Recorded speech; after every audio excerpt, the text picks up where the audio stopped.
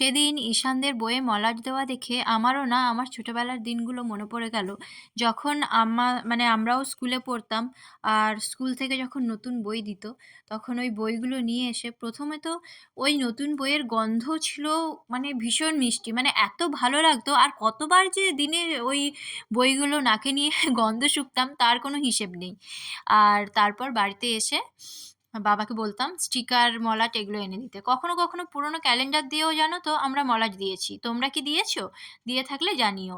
আবার বাবাও মলাটও কিনে এনে দিয়েছে কখনো, কখনো। তো যাই হোক, স্টিকার কিনতাম, গ্লিটার পেন কিনতাম। তখন অবশ্য গ্লিটার পেন বলতাম না, তখন বলতাম চিকচিকি পেন। তো বিভিন্ন কালারের পেন, ওই কালারিং পেনগুলো নিয়ে আসতাম নাম লেখার জন্য। আর স্টিকার যেহেতু আমরা মেয়ে ছিলাম, সেহেতু কোথায় ফুল, তারপর মেয়েদের কার্টুনের, তারপর বারবি, এইসব কিছু স্টিকার আমরা কিনতাম।